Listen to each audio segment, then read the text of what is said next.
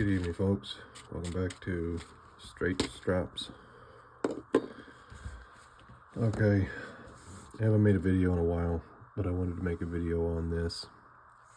I'm going to do a restoration on this old Wade & Butcher here, but I want to try my best to use the original colors.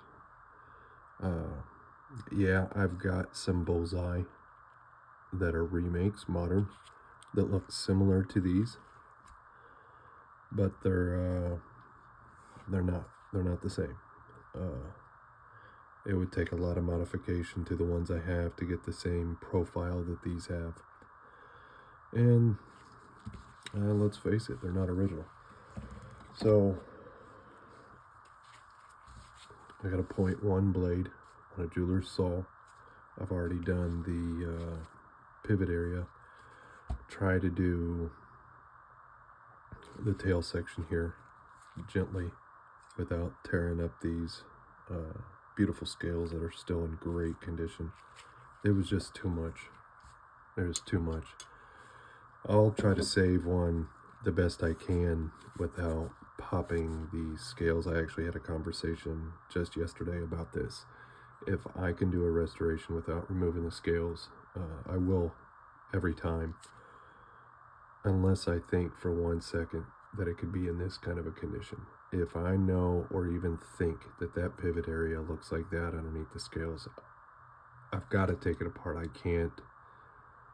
can't call that restored. I wouldn't want to use it.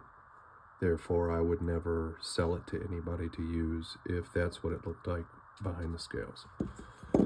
Sometimes it's just a little bit that can be cleaned out with an ultrasonic and some cleaner, maybe some dentifloss or whatnot. Regardless, you're still never going to get inside the actual pivot hole, but you can hope that the cleaners and ultrasonic got in there. The rest of it, you can get it out. Sometimes the scales might look like this. Blade looks fine, but the scales look like this. Now you can see where the pivot area, that's pretty clean. The rest of that, you can get pretty well. You'd be surprised what you can clean up with some stiff pipe brushes and just any old type of standard dentifloss. It takes a little time, but it will get it out. Okay, moving on. See if I can't get this done in a fast enough time that people don't skip the video because it's on there for too long.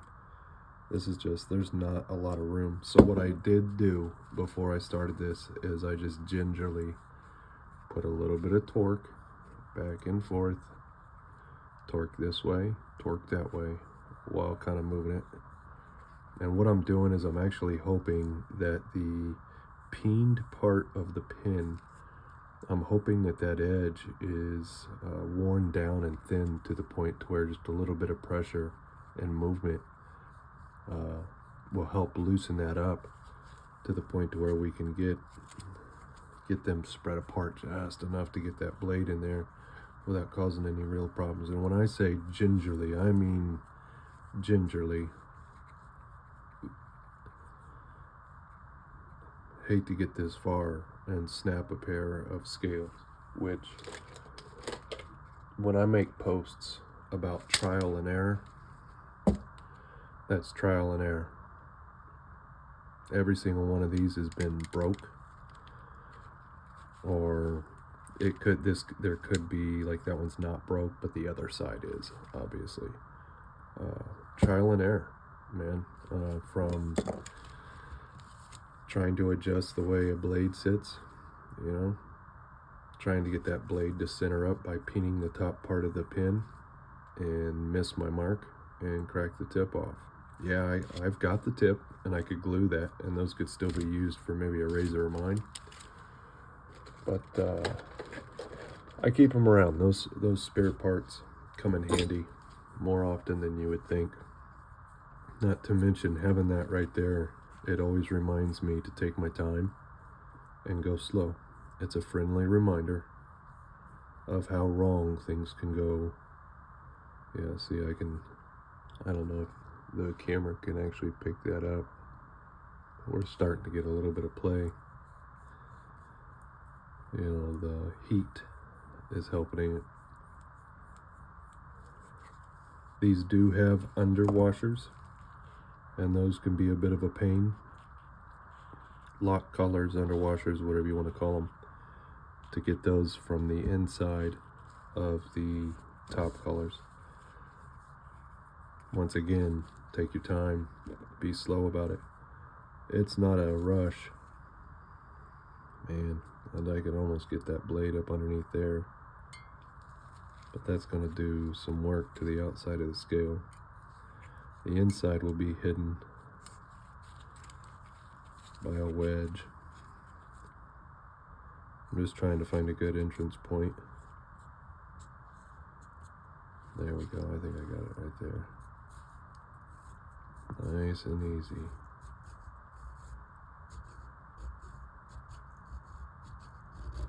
There she is.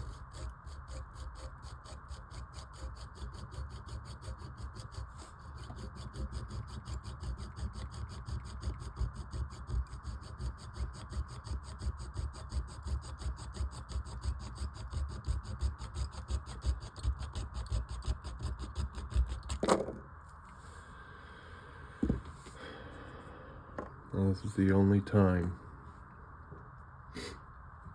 that you will typically find me using a jeweler's saw to break scales apart. I just recently bought me a new pair of 6-inch nippers, and I've already flushed the bottom. That could allow me to pop pins. And just to go on that again, these scales were nipped. I popped the pins by nipping them. That one has a crack that was pre-existent. I'll stabilize that slight crack, and it'll be good to go. But as you can see, if you make sure the side of those nippers are flat, you can pop scales without tearing them up.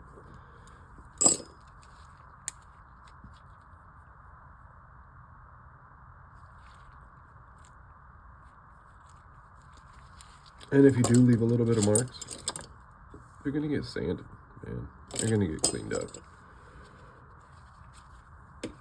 It isn't rocket science. It isn't brain surgery. If there is a couple little marks, I'm okay with that. There we go. Okay. So I've got it lifted. That's just dust.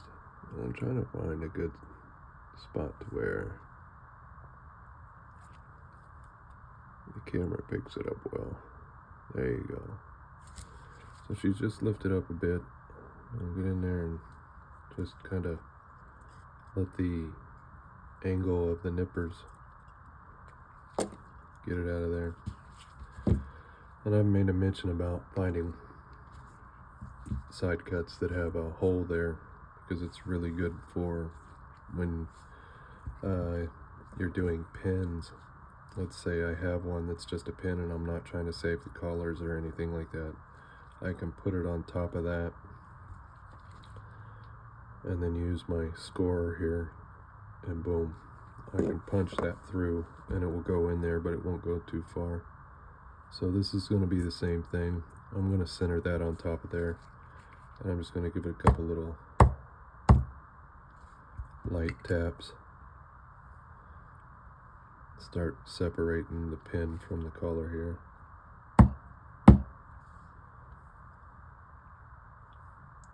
She's coming.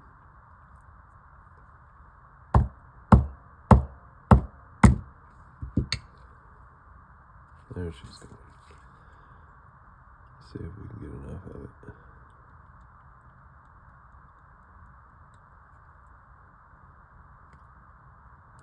There we go. She's coming loose. Now we gotta get that under washer there. As you can see, she's separated. Oh.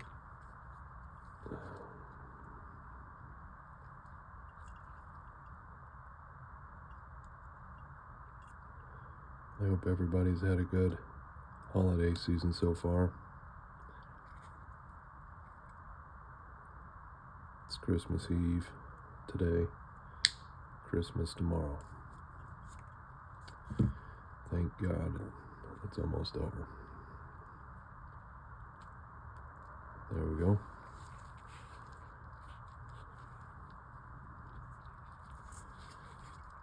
We'll move on to the next one. I will say, some people might think that this is a waste of time, right? And I get it. I totally get that. This isn't something that I normally do. This isn't something that I preach about or anything like that. But in a restoration, especially with these older ones, I tell you what,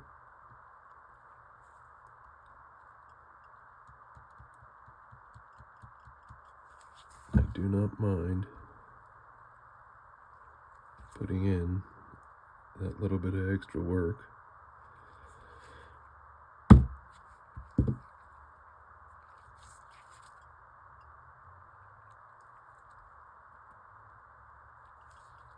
trying to save the original colors. Sometimes that lock washer might give you some troubles to get in there.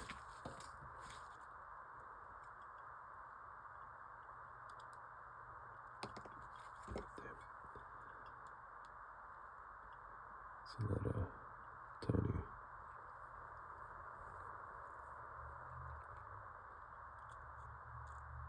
See if we can get it. Sorry if the focus keeps going in and out.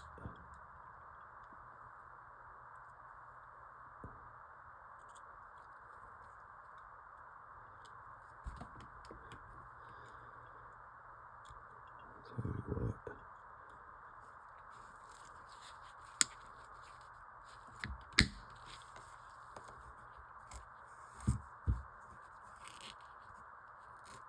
Instead of trying to pop that off of there,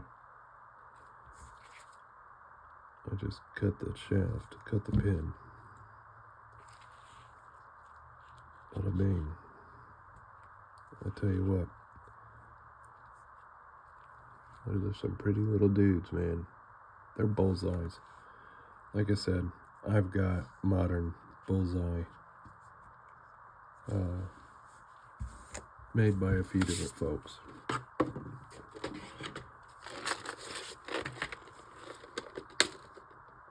But they're not very good. I think I got a couple here. Oh yeah, I do. I got one. So that's a modern bullseye.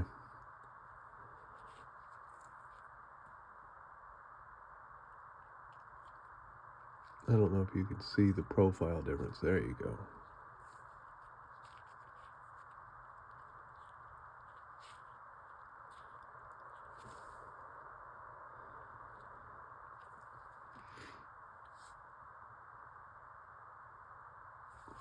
So it would take some work to get that modern one down to the same low profile as the originals. But that's pretty damn cool to be able to use the originals. So now, once I get these cleaned up, I'll be able to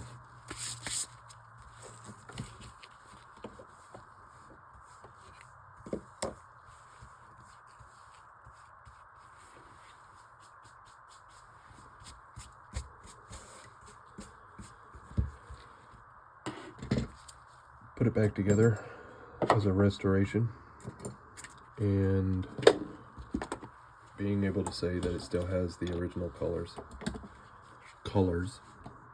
that's pretty cool. You think blade, scales, wedge, and collars. That means the only part that's getting replaced is the 2 pieces of pin.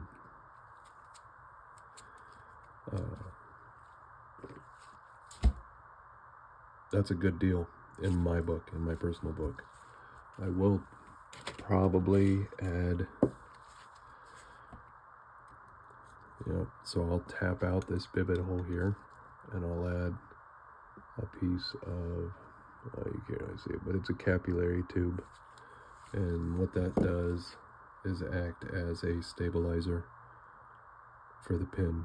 When I go to place the pin will go through the capillary tube that's inside this pivot hole, and it will keep from having too much blade play. It'll make it a lot more sturdy. It will also give me a better chance of it centering. Right now I'm working on one for a pal. I've got it together. I've spent 3 weeks straightening these horn scales. The thing about horn scales is if they're not used right away, they start to revert to the original shape. So I've been working on them. A lot of heat treating, steam treating, sitting in clamps, and they're getting there. I still got to build a spacer for it. I'm going to use brass. It'll be pretty nice. It'll be a nice razor once I get it done. But I wanted to share this. I know I'm a big advocate for using side cuts for popping scales off, and I just wanted it to kind of be put out there that I don't always. I do use a jeweler's saw here and there, or some different methods. There is times when I would like to save as much of the original razor as I possibly can. I'm always a huge fan of these old Sheffield colors, and I got a ton that I have cut, busted. Not all of this is cut pins, but majority of it is old colors. There you go. Most of the time I will just cut right through them. I don't really care.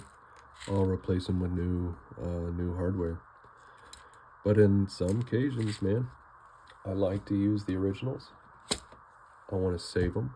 These are in pretty good shape. They're not smashed up too bad. They're not hammered out real hard from people over peening them because they just keep getting loose and loose and loose and loose and loose. And even the scales have shown that it hasn't been peened too hard. I'm gonna be honest with you, man. To be looking around at it, it's got some wear on it, but not a lot. Not a lot. It's gonna be a really nice razor. And I had thought about cutting a set of custom scales for it, but we're gonna go for just a regular restoration. Thank you, folks. Stay tuned.